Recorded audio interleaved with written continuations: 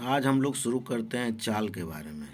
चाल का इंग्लिश होता है स्पीड, SPEED, स्पीड। स्पीड माने चाल। सबसे पहले इसका हम परिभाषा देख लेते हैं।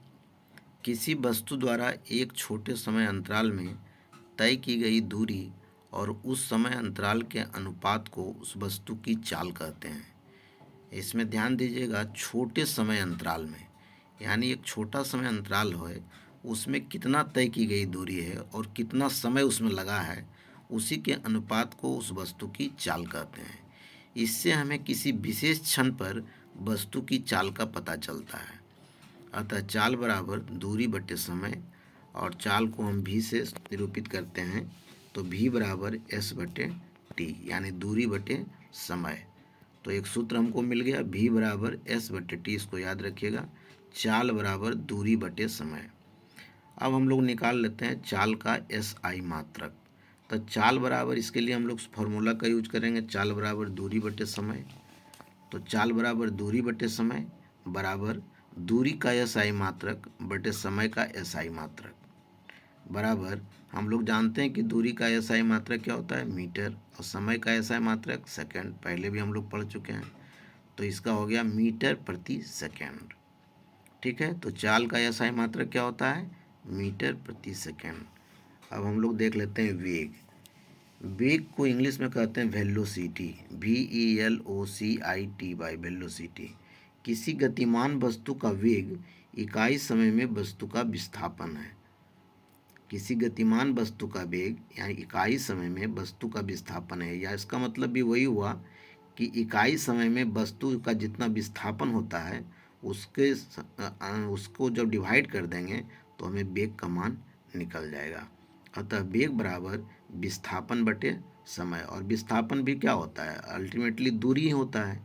तो दूरी बटे ही समय होता है, लेकिन हम यहाँ दूरी नहीं कहेंगे, इसको विस्थापन कहेंगे। चूँकि वेग और चाल में बेसिक अंतर होता है, वो अंतर आपको आगे हम बताएंगे। तो वेग बराबर यहाँ क्या हो गया, विस्थापन बटे समय। अब देखिए, विस्थापन का भी क्या होता है, दूरी होता है, और दूरी का होता है SI मात्रक मीटर, और समय का भी क्या होता है, सेकंड होता है। तो इसका भी हो जाएगा मीटर प्रति सेकंड। तो वेग का SI मात्रक क्या होता है, सो देख लीजिए। वेग का SI मात्रक वही होता है जो चाल का SI मात्रक होता है, अर्थात वेग का SI मात्रक मीटर प्रति सेकंड होता है। ठीक है, तो चाल का और वेग का दोनों का SI मात्रक क्या होता है, सेम ही होता है, उसे कहते हैं मीटर प्रति सेकंड। इसमें हम लोग कुछ देख लेते हैं। वेग में कुछ चीज़ें हैं जो जानने लायक है। जैसे वेग में परिमाण और दिशा दोनों होता है, यानी जब हम वेग की बात करते हैं तो उसमें उसका मान भी होता है और दिशा भी होता है। जैसे वेग अगर हम कहते हैं कि 10 किलोमीटर कोई पूर्व गया है, तो यहाँ दोनों चीज़ है। 10 किलोमीटर उसका क्या हो गया, परिमाण हो गया, और दिशा उसका होता है, तो परिमाण और दिशा दोनों होता है। दूसरा है कि वेग का चिन्ह वही होगा जो विस्थापन का है, यानी वेग का चिन्ह भी वही होगा जो विस्थापन का है, यानी विस्थापन को जो होगा वही वेग का चिन्ह होगा। जिधर विस्थापन जाएगा, विस्थापन किधर से किधर जा रहा है वो हमको देखना पड़ेगा, तो हम जब भी देखेंगे तो वही चिन्ह होगा। तीसरा, जब विस्थापन धनात्मक हो तो वेग भी धनात्मक होता है, और उसकी गति भी धनात्मक दिशा में होती है। इसको बढ़िया समझिएगा। जब विस्थापन धनात्मक है तो वेग भी धनात्मक होता है, यानी जब दूरी पॉजिटिव में लेंगे तो वेग भी क्या होगा, पॉजिटिव होगा, और उसकी गति भी धनात्मक दिशा में होगी, और वो भी पॉजिटिव दिशा में ही होगा। उसी तरह से जब विस्थापन ऋणात्मक हो तो वेग भी ऋणात्मक होता है और गति भी ऋणात्मक दिशा में होती है। यानी अगर विस्थापन का मान ऋणात्मक होगा तो वेग का मान भी ऋणात्मक होगा, और उसकी दिशा भी ऋणात्मक होगी। ठीक है, अब हम लोग देख लेते हैं चाल और वेग में अंतर।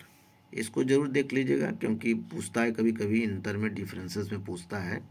तो पहला है चाल और वेग। देखिए, दोनों दो तरफ कर दिए हैं, तो चाल और वेग। चाल का पहला क्या कहता है कि चाल में सिर्फ परिमाण होता है, यानी चाल में सिर्फ वैल्यू होता है। जैसे मान लीजिए कोई कहा कि 10 किलोमीटर प्रति सेकंड से जा रहा है, या 10 किलोमीटर प्रति आवर से जा रहा है, तो क्या इसमें दिशा का कोई ज्ञान होता है, नहीं होता है। तो चाल में सिर्फ परिमाण होता है।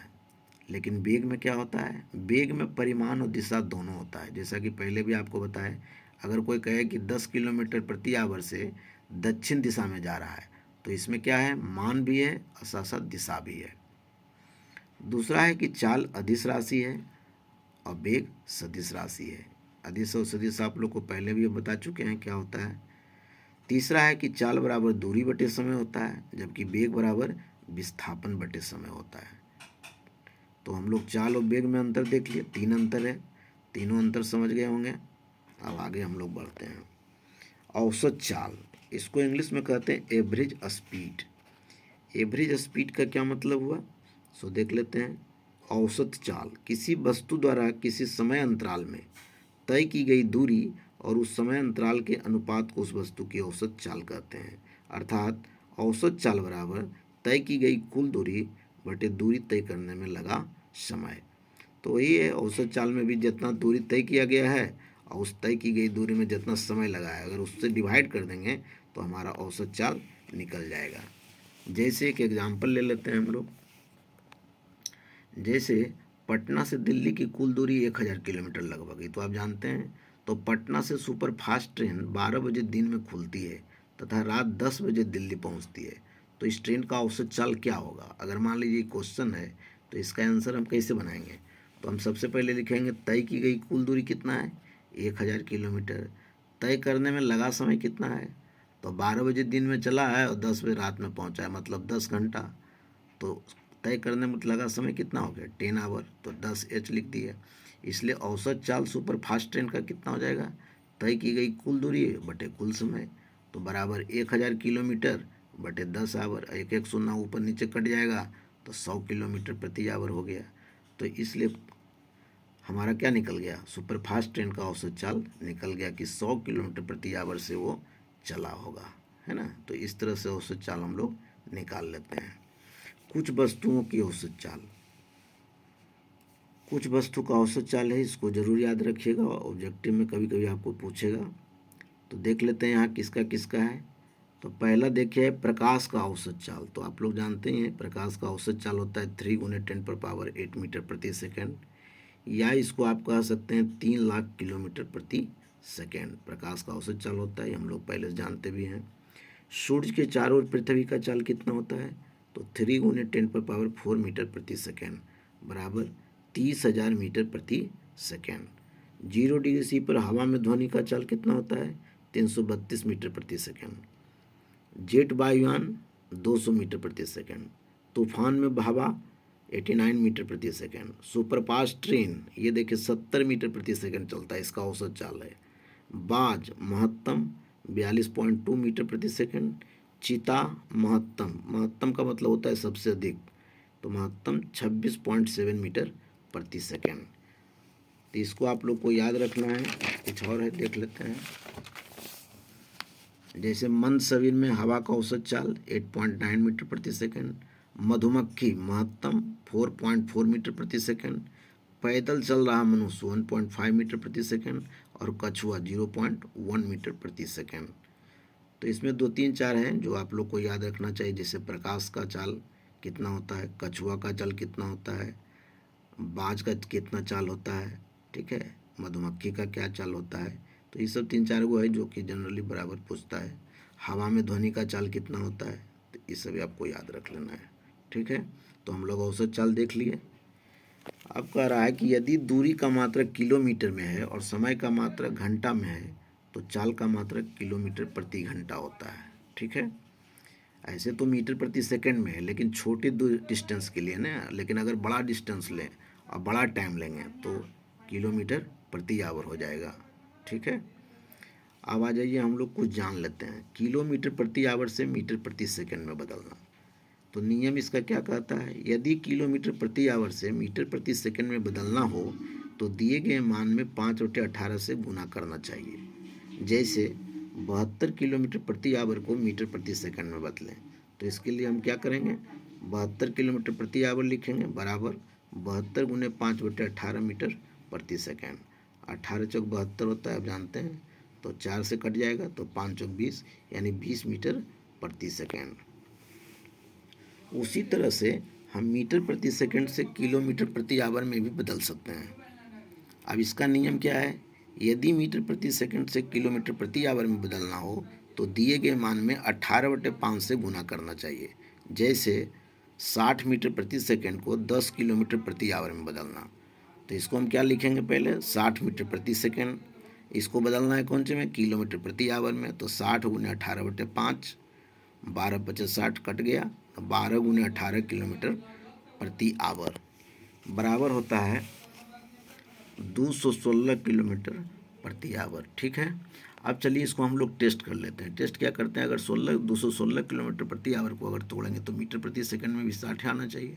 देख लेते हैं, तो 216 गुने 5/18 मीटर प्रति सेकंड, 9 दूनी 18, 108 गुने 208 यानी 108 गुने 5/9 मीटर प्रति सेकंड, फिर 9 कटेगा, बरनामा अठोतल से आप जानते हैं, 12×5 = 60, तो 60 मीटर प्रति सेकंड। तो आप टेस्ट भी कर लिए, यानी 216 किलोमीटर प्रति आवर को मीटर सेकंड में बदलते हैं तो 60 मीटर प्रति सेकंड हो जाता है, और 60 मीटर प्रति सेकंड को अगर किलोमीटर प्रति आवर में बदलते हैं तो 216 किलोमीटर, इसका मतलब सही है। अब देखिए 1 किलोमीटर प्रति आवर को जब हम तोड़ते हैं तो कैसे ही निकलता है, इसको समझिए। वो तो हम आपको सूत्र में बता दिए, लेकिन इसको आप तोड़ भी सकते हैं। जैसे 1 किलोमीटर प्रति आवर, ठीक है, तो इसको आप क्या लिखिएगा, 1 किलोमीटर बटे 1 घंटा। अब 1 किलोमीटर बराबर कितना होता है, 1000 मीटर, और 1 घंटा बराबर कितना होता है, 60 गुने 60 सेकंड यानी 3600 सेकंड। तो आप लिख सकते हैं 1000 बटे 3600 मीटर प्रति सेकंड। अब 2 शून्य ऊपर 2 शून्य नीचे कट गया, अब दोनों को काट देंगे तो 5 दूनी 10 और 18 दूनी 36, तो 5/18 मीटर प्रति सेकंड। तो इस तरह से 1 किलोमीटर प्रति आवर बराबर 5/18 मीटर प्रति सेकंड होता है। तो आप देख लिए, 1 किलोमीटर को जब मीटर में जोड़े तो 5/18 हो गया। तो इसी को सूत्र के माध्यम से हम लोग बैठा लिए हैं ताकि हमें उतना गुना भागा ना करना पड़े और आसानी से निकल जाए। ठीक है, तो आज हम लोग इतना ही देखें, फिर अगला दिन देखते हैं।